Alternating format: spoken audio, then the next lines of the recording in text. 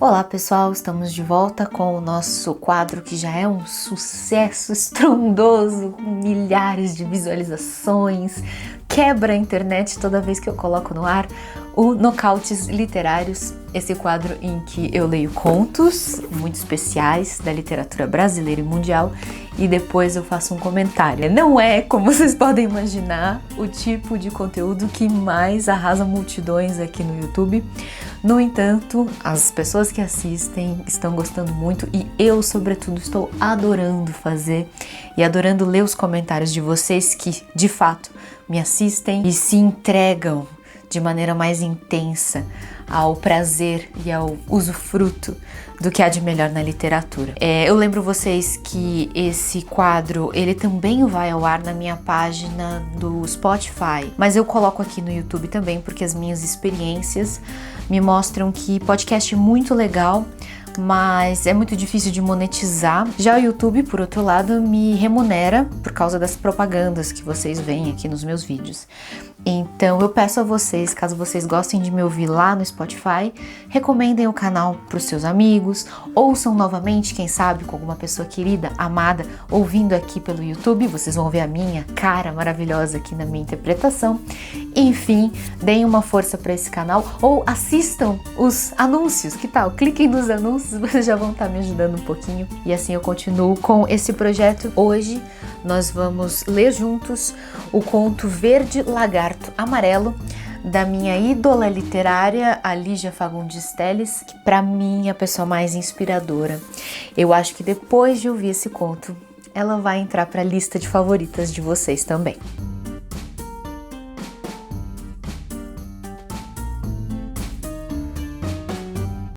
Verde Lagarto Amarelo. Ele entrou com seu passo macio, sem ruído, não chegava a ser felino, apenas um andar discreto, polido. Rodolfo, onde está você? Dormindo? Perguntou quando me viu levantar da poltrona e vestir a camisa. Baixou um tom de voz. Está sozinho?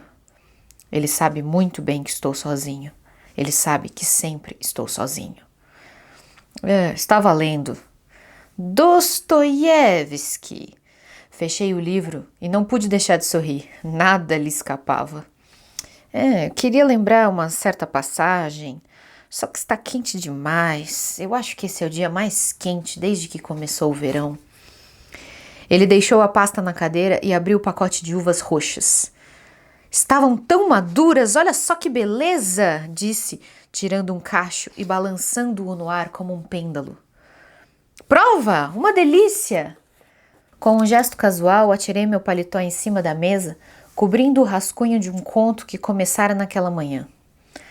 Já é tempo de uvas? Perguntei, colhendo um bago. Era enjoativo de tão doce, mas se eu rompesse a polpa cerrada e densa, sentiria seu gosto verdadeiro. Com a ponta da língua pude sentir a semente apontando sob a polpa. Vareia. O sumo ácido inundou-me a boca. Cuspi a semente. Assim queria escrever, indo ao âmago do âmago, até atingir a semente resguardada lá no fundo como um feto. Trouxe também uma coisa. Mostro depois. Encarei-o. Quando ele sorria, ficava menino outra vez. Seus olhos tinham o mesmo brilho úmido das uvas. Que coisa? Mas se eu já não disse que é surpresa, mostro depois. Não insisti. Conhecia de sobra aquela antiga expressão com que vinha me anunciar que tinha algo escondido no bolso ou debaixo do travesseiro. Acabava sempre por me oferecer o seu tesouro. A maçã, o cigarro, a revistinha pornográfica, o pacote de suspiros. Vou fazer um café, anunciei. Só se for para você, tomei há pouco na esquina.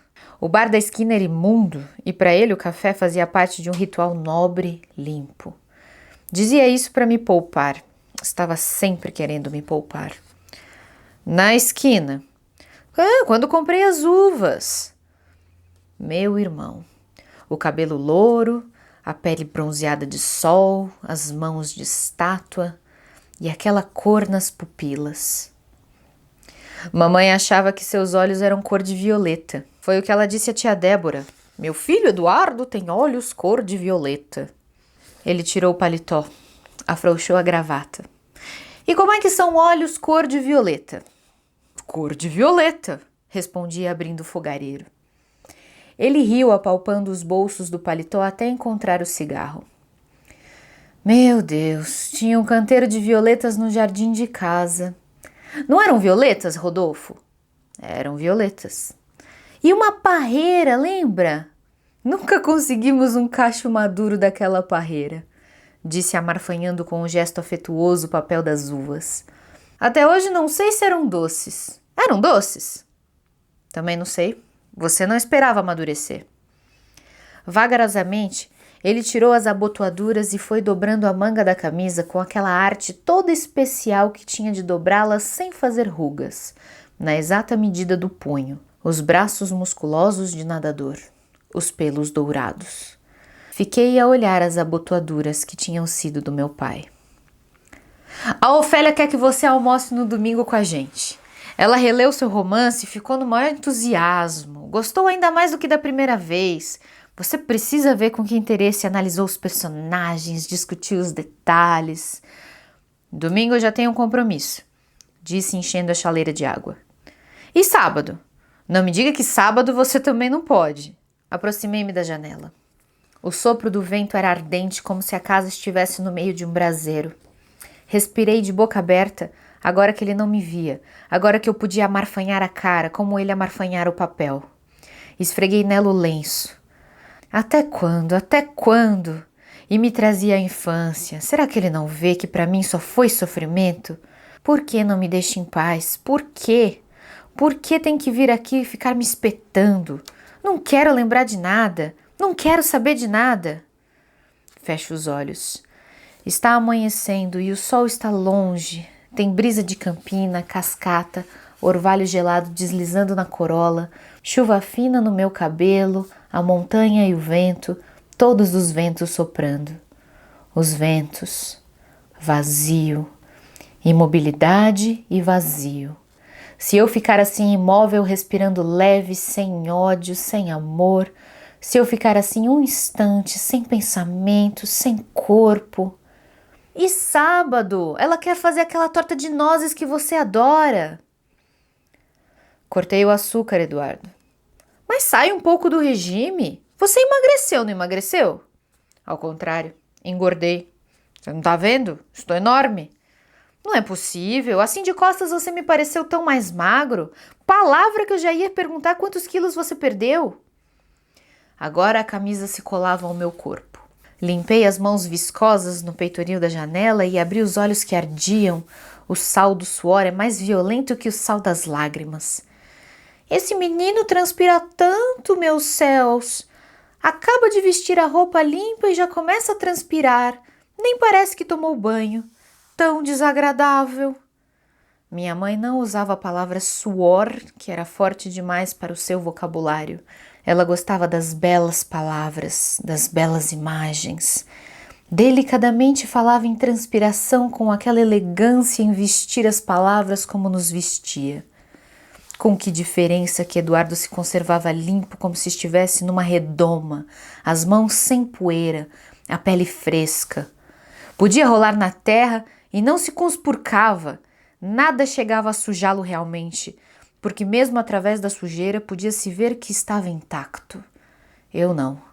Com a maior facilidade me corrompia lustroso e gordo, o suor a escorrer pelo pescoço, pelos sovacos, pelo meio das pernas. Não queria suar, não queria, mas o suor medonho não parava de escorrer, manchando a camisa de amarelo com uma borda esverdinhada, suor de bicho venenoso, traiçoeiro, malsão. Enxugava depressa a testa, o pescoço, tentava num último esforço salvar ao menos a camisa, mas a camisa já era uma pele enrugada, aderindo à minha com o meu cheiro, com a minha cor. Era menino ainda, mas houve um dia que quis morrer para não transpirar mais. Na noite passada sonhei com a nossa antiga casa, me disse ele, aproximando-se do fogareiro. Destapou a chaleira e espiou dentro. Não me lembro bem, mas parece que a casa estava abandonada. Foi um sonho estranho. Também sonhei com a casa, mas já faz tempo, eu disse. Ele aproximou-se. Esquivei-me em direção ao armário. Tirei as xícaras. Mamãe apareceu no seu sonho? Apareceu. O pai tocava piano e mamãe... Rodopiávamos, vertiginosos, numa valsa e eu era magro. Tão magro que os meus pés mal roçavam o chão. Senti mesmo que me levantava um vôo. E eu ria, enlaçando-a em volta do lustre, quando de repente o suor começou a escorrer, escorrer. Ela estava viva? Seu vestido branco se empapava do meu suor amarelo-verde, mas ela continuava dançando, desligada, remota. Estava viva, Rodolfo? Não. Era uma valsa póstuma. Eu disse colocando na frente dele a xícara perfeita. Reservei para mim a que estava rachada. Está reconhecendo essa xícara? Ele tomou-a pela asa, examinou-a. Sua fisionomia se iluminou com a graça de um vitral varado pelo sol. Ah, as xicrinhas japonesas! Sobraram muitas ainda? O aparelho de chá, o faqueiro, os cristais e os tapetes tinham ficado com ele. Também os lençóis bordados. Obriguei-o a aceitar tudo. Ele recusava, chegou a se exaltar. Não quero, não é justo, não quero. Ou você fica com a metade ou não aceito nada. Amanhã você pode se casar também. Nunca, respondi. Moro só. Gosto de tudo sem nenhum enfeite. Quanto mais simples, melhor. Ele parecia não ouvir uma só palavra enquanto ia amontoando os objetos em 2 porções. Olha, isso você leva que estava no seu quarto. Tive que recorrer à violência. Se você teimar em deixar essas coisas, assim que virar as costas eu jogo tudo na rua. Cheguei a agarrar uma jarra, no meio da rua. Ele empalideceu, os lábios trêmulos. Você jamais faria isso, Rodolfo. Cale-se, por favor, que você não sabe o que está dizendo. Passei as mãos na cara ardente e a voz da minha mãe vindo das cinzas. Rodolfo, por que você há de entristecer seu irmão? Não vê que ele está sofrendo? Por que você faz assim? Abracei-o. Ouça, Eduardo, sou um tipo mesmo esquisito. Você está farto de saber que sou meio louco. Não quero. Não sei explicar, mas não quero, tá me entendendo? Leve tudo a Ofélia, presente meu. Não posso dar a vocês um presente de casamento? Para não dizer que não fico com nada, olha, tá aqui, pronto. Fico com essas xícaras. Finas como casca de ovo, disse ele batendo com a unha na porcelana. Ficavam na prateleira do armário rosado, lembra? Esse armário está em nossa saleta. Despejei água fervente na caneca e o pó de café foi se diluindo resistente, difícil. Minha mãe, depois Ofélia, por que não haveria também de ficar com os lençóis? E Ofélia, para quando o filho? Ele apanhou a pilha de jornais velhos que estavam no chão, ajeitou-a cuidadosamente e esboçou um gesto de procura. Devia estar sentindo falta de um lugar certo para serem guardados os jornais já lidos. Teve uma expressão de resignado bom humor, mas então a desordem do apartamento comportava um móvel assim supérfluo? Enfiou a pilha na prateleira da estante e voltou-se para mim. Ficou me seguindo com o olhar enquanto eu procurava no armário, debaixo da pia, a lata onde devia estar o açúcar. Uma barata fugiu atarantada, escondendo-se debaixo de uma tampa de panela, e logo uma outra maior se despencou não sei de onde e tentou também o mesmo esconderijo. Mas a fresta era estreita e ela mal conseguiu esconder a cabeça. Ah, o mesmo humano desespero na procura de um abrigo. Abri a lata de açúcar e esperei que ele dissesse que havia um novo sistema de acabar com as baratas. Era facílimo. Bastava chamar pelo telefone e já aparecia o homem de farda caque e bomba em punho e num segundo pulverizava tudo. Tinha em casa o número do telefone, nem baratas nem formigas. No próximo mês, parece. Está tão lépida que nem acredito que esteja nas vésperas, disse ele me contornando pelas costas. Não perdia um só dos meus movimentos.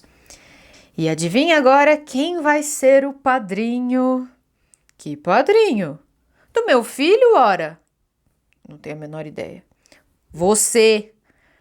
Minha mão tremia como se ao invés de açúcar eu estivesse mergulhando a colher em arsênico. Senti-me infinitamente mais gordo, mais vil. Tive vontade de vomitar. Não faz sentido, Eduardo. Não acredito em Deus, não acredito em nada.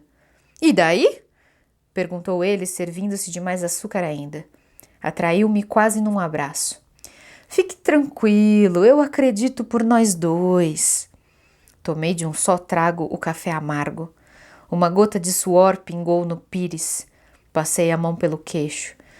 Não pudera ser pai, seria padrinho. Não era um ser amável? Um casal amabilíssimo? A pretexto de aquecer o café, fiquei de costas e então esfreguei furtivamente o pano de prato na cara. Era essa a surpresa? Perguntei e ele me olhou com inocência. Repeti a pergunta. A surpresa! Quando chegou você disse que... Ah, não é isso não! Exclamou e riu apertando os olhos que riam também com uma ponta de malícia. A surpresa é outra. Se der certo, Rodolfo, se der certo... Enfim, você que vai decidir. Ponho nas suas mãos.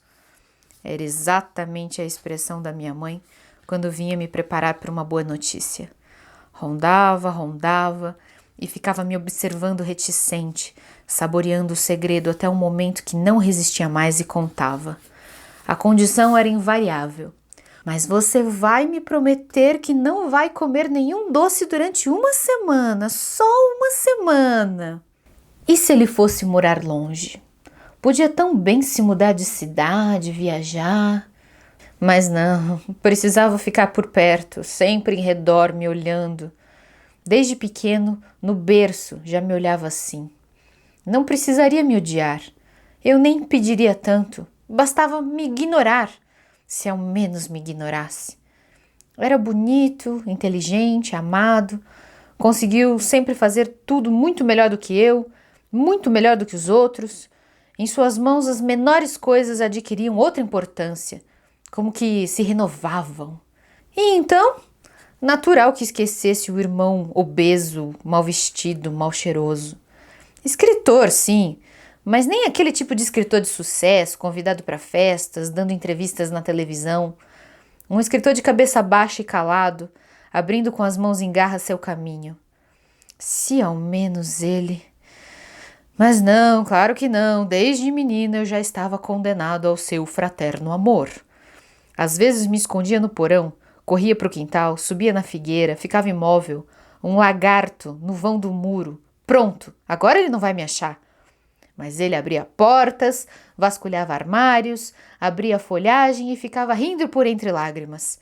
Engatinhava ainda quando saía à minha procura, farejando meu rosto.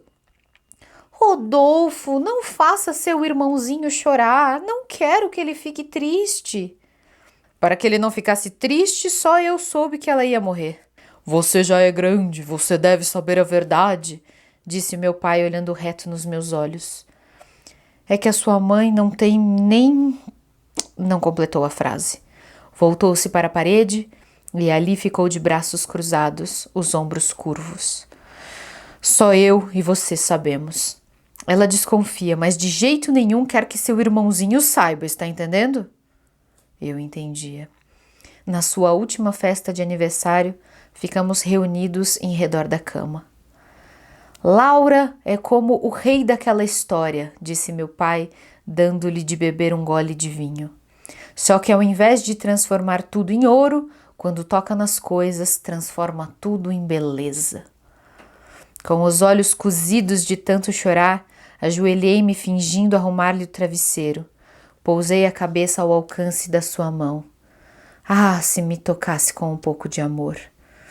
Mas ela só via o broche, um caco de vidro que Eduardo achou no quintal e enrolou com fiozinhos de arame formando um casulo. Mamãezinha querida, eu que fiz para você. Ela beijou o broche e o arame ficou sendo prata e o caco de garrafa ficou sendo esmeralda. foi o broche que lhe fechou a gola do vestido. Quando me despedi, apertei sua mão gelada contra minha boca. E eu, mamãe? E eu? Esqueci de oferecer biscoitos. Olha aí, você gosta? Eu disse, tirando a lata do armário. É sua empregada que faz? Minha empregada só vem uma vez por semana. Comprei na rua. Acrescentei e lancei-lhe um olhar. Que surpresa era essa agora? O que é que eu devia decidir? Eu devia decidir, ele disse. Mas o quê? Interpelei-o. O que é que você está escondendo, Eduardo? Não vai me dizer? Ele pareceu não ter ouvido uma só palavra. Quebrou a cinza do cigarro, soprou o pouco que lhe caiu na calça e inclinou-se para os biscoitos. Ah, rosquinhas! Ofélia aprendeu a fazer sequilhos no caderno de receitas da mamãe, mas estão longe de ser como aqueles. Ele comia sequilhos quando entrei no quarto. Ao lado, a caneca de chocolate fumegante. Eu tinha tomado chá. Chá. Dei uma volta em redor dele. O Júlio já está ali na esquina esperando, avisei. Veio me dizer que tem que ser agora. Ele então se levantou, calçou a sandália, tirou o relógio de pulso e a correntinha do pescoço. Dirigiu-se para a porta com uma firmeza que me espantou. Vi-o ensanguentado, a roupa em tiras. Você é menor, Eduardo. Você vai apanhar feito cachorro. Ele abriu os braços. E daí? Quer que a turma me chame de covarde? Sentei-me na cadeira onde ele estivera e ali fiquei encolhido, tomando chocolate e comendo sequilhos. Tinha a boca cheia quando ouvi a voz da minha mãe chamando. Rodolfo! Rodolfo! Agora ela o carregava em prantos, tentando arrancar-lhe o canivete enterrado no peito até o cabo. Procurei o seu romance em 2 livrarias e não encontrei. Queria dar um com os amigos. Está esgotado, Rodolfo? O vendedor disse que vende demais. Exagero. Talvez se esgote, mas não já. A boca cheia de sequilhos e o suor escorrendo por todos os poros, escorrendo. A voz da minha mãe insistiu enérgica. Rodolfo, você está me ouvindo? Onde está o Eduardo? Entrei no quarto dela. Estava deitada bordando. Assim que me viu, sua fisionomia se confrangeu. Deixou o bordado e ficou balançando a cabeça. Mas, filho, comendo de novo? Quer engordar mais ainda, hã? Suspirou, dolorido. Onde está seu irmão? Encolhi os ombros. Não sei, não sou pajem dele. Ela ficou me olhando. Essa é maneira de responder, Rodolfo, hein? Desci a escada comendo o resto dos sequilhos que escondi nos bolsos. O silêncio seguiu-me descendo a escada, degrau por degrau, colado ao chão, viscoso, pesado. Parei de mastigar. E, de repente, me precipitei pela rua fora. Eu queria vivo, o canivete não. Encontrei-o sentado na sarjeta, a camisa rasgada, um arranhão fundo na testa. Sorriu palidamente, ofegava. Júlio tinha acabado de fugir. Cravei o olhar no seu peito. Mas ele não usou canivete? Perguntei. Apoiando-se na árvore, levantou-se com dificuldade. Tinha torcido o pé. Que canivete? Baixando a cabeça que latejava, inclinei-me até o chão. Você não pode andar, eu disse apoiando as mãos nos joelhos. Vamos, monta em mim. Ele obedeceu. Estranhei. Era tão magro, não era? Mas pesava como chumbo. O sol batia em cheio em nós quando o vento levantava as tiras de sua camisa rasgada.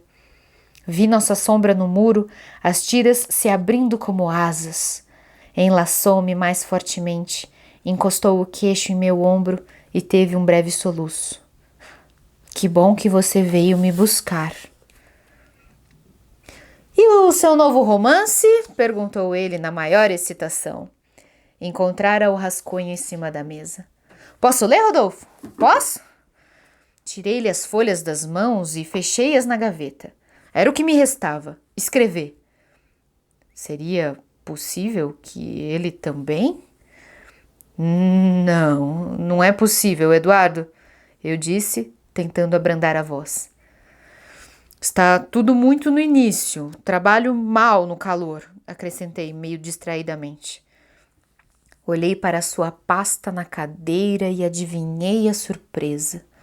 Senti meu coração se fechar como uma concha. A dor era quase física. Olhei para ele. Você escreveu um romance. É isso? Os originais estão na pasta. É isso? Ele então abriu a pasta. E aí, gente, gostaram do conto Verde Lagarto Amarelo? Ele foi publicado dentro do volume Antes do Baile Verde e trata-se de um conto escrito por Lígia Fagundes Telles em 1969, portanto, ela já era uma escritora bem amadurecida, já tinha refinado seu estilo. É um conto em que a Lígia usa uma técnica em que viaja no tempo, enquanto tem uma cena se desenrolando no presente, reminiscências do passado vão voltando à memória do protagonista, que revive esses momentos intensos de sua infância com tanta vivacidade que é como se eles estivessem de fato acontecendo mais uma vez.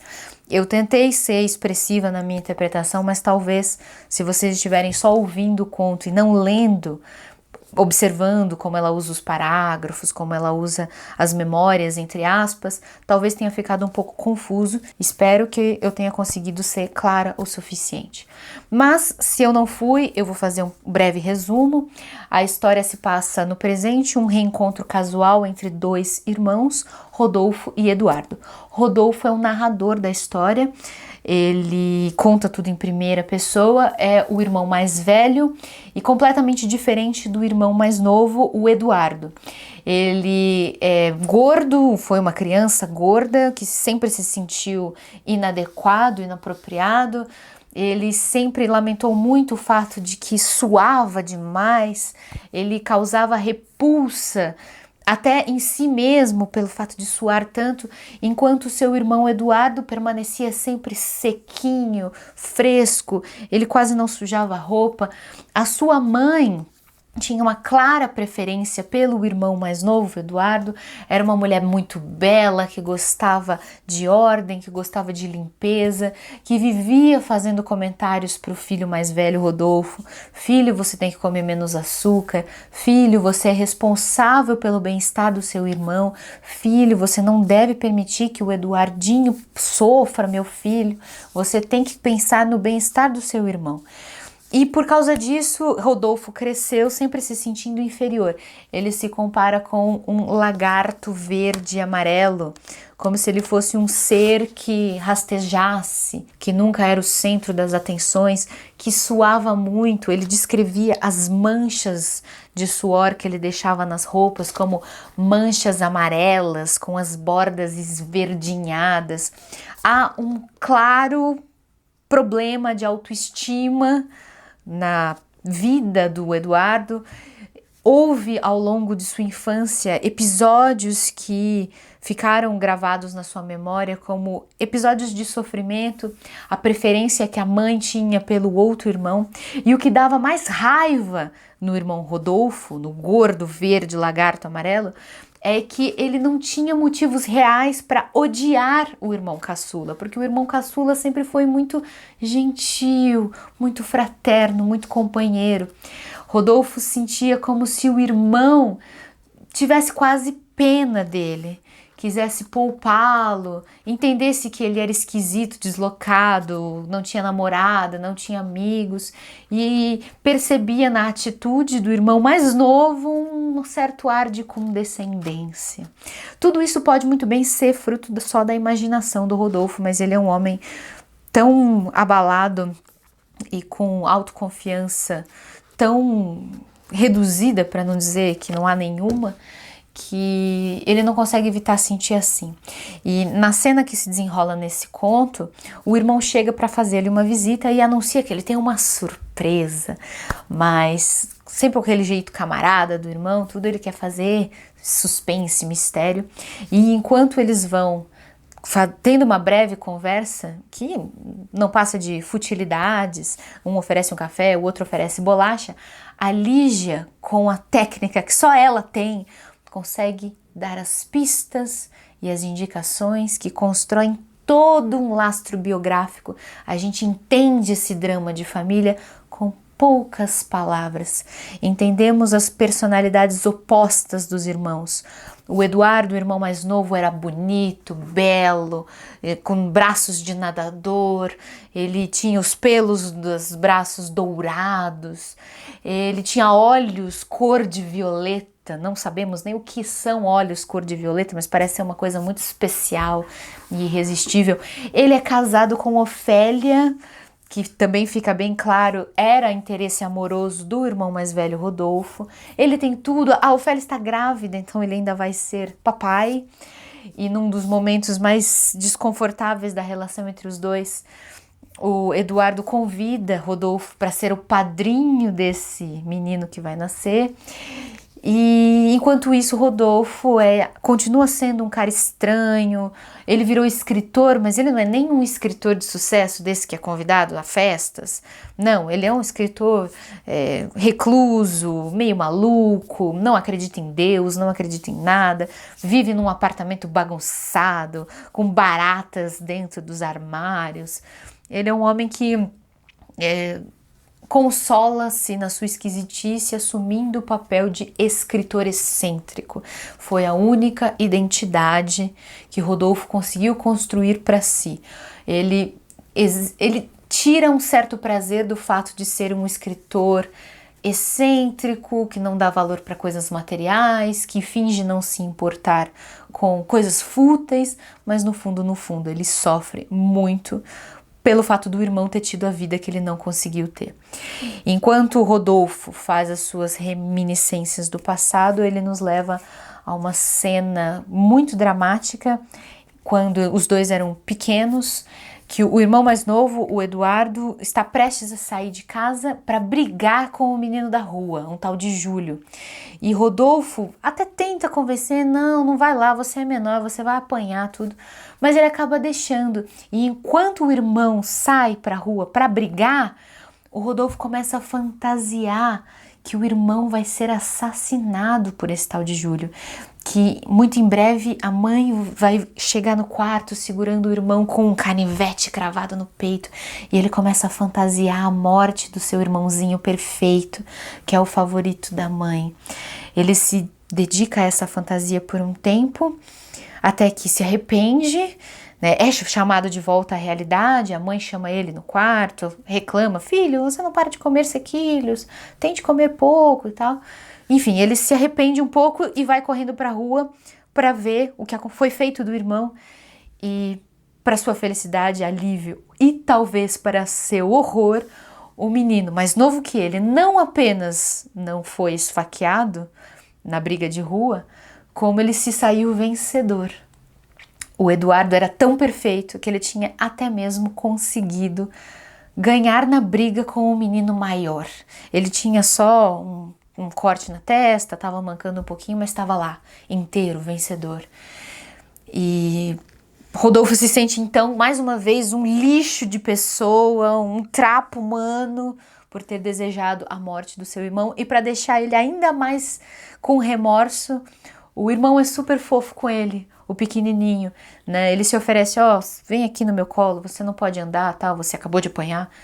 E o menino vem todo fofo, se segura no irmão mais velho, no Rodolfo, e fala no ouvido dele com uma voz meio emocionada: que bom que você veio me buscar. Quer dizer, ainda por cima um irmãozinho fofo, um irmão que gosta dele de verdade. Ele é perfeito até mesmo nisso. O Rodolfo quer arrumar motivos para odiar o seu irmão Eduardo, mas ele não consegue. O cara é perfeito em tudo, o cara consegue tudo. É o favorito de todo mundo. Enfim, depois dessa lembrança desse episódio terrível do passado, pelo qual Rodolfo sente vergonha e remorso até hoje, há o golpe final, o golpe derradeiro. Ele chega à conclusão, ele descobre qual é o segredo, a surpresinha que Eduardo tinha vindo no seu apartamento para lhe revelar.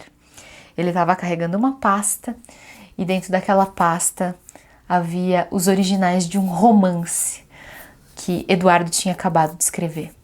Ou seja, era o fim total. A única coisa que dava orgulho pro Rodolfo era que ele era escritor. Um escritor esquisito, excêntrico, mas ele era um escritor, ele era um artista. O irmão podia ser perfeito em tudo, mas o artista da família era ele. Ele que entendia o sofrimento humano e agora até nisso o irmão dele iria superá-lo. Com essa narrativa curta, que não tem nem 10 páginas, Lígia Fagundes Telles consegue nos contar uma complexa história de família. As relações, é lógico, entre dois irmãos, mas também relações entre mãe e filhos, entre pai e mãe. Ela constrói um universo complexo, cheio de nuances. Toda vez que eu leio Lígia Fagundes Telles, eu tenho a impressão de estar observando um bordado, um lencinho bordado pela minha bisavó, que nasceu em 1910, que eu nem conheci, mas sobraram os lenços que ela bordava nas gavetas da minha casa. Toda vez que eu observo aqueles lenços, eu vejo os pontos apertadinhos, esses pontos microscópicos, esses detalhes ínfimos, essa delicadeza. Será que eu, com as minhas mãos brutas, acostumadas a digitar coisas no smartphone, seria um dia capaz de fazer alguma coisa delicada como essa? Eu tenho exatamente essa sensação quando estou lendo Contos de Lígia Fagundes Telles. Ela é uma escritora que se atém aos detalhes microscópicos, às sementes das uvas que explodem dentro da boca, soltando sumo e se escondendo dentro dos amálgamas dos sabores, como se fossem um feto escondido dentro do útero de uma mãe. Ela gosta de detalhes pequenos e que trazem dentro de seus minúsculos universos grandes significados. Ela é muito dedicada à descrição de pequenos objetos, que ela não faz pelo simples prazer estético de descrever coisas pequenas, mas porque aquelas coisinhas sempre dão pistas sobre a efervescência dos sentimentos dos personagens que ela nos apresenta nas suas histórias. Vivo dizendo, não vou deixar nunca de repetir que Lígia Fagundes Telles é a maior escritora brasileira, é a minha favorita, ela ainda está viva, somos contemporâneos dessa mulher extraordinária e, enfim, eu nunca vou cansar de saborear suas palavras. Espero que vocês tenham gostado da minha leitura de Verde Lagarto Amarelo. Esse comentário, como eu sempre digo, é só a minha opinião, a minha impressão pessoal, não é a melhor interpretação desse texto e muito menos a única possível. Há muitas formas de interpretar os textos dos grandes autores, então se você também gosta deste conto, quiser fazer o seu comentário, use aqui embaixo o campo dos comentários nesse vídeo. Beijo para todo mundo. Lembrando, lógico, que eu vou deixar aqui na descrição o link para vocês comprarem o Antes do Baile Verde, um dos melhores livros que eu tenho na minha biblioteca, um dos meus favoritos da vida. Até a próxima. Tchau, tchau.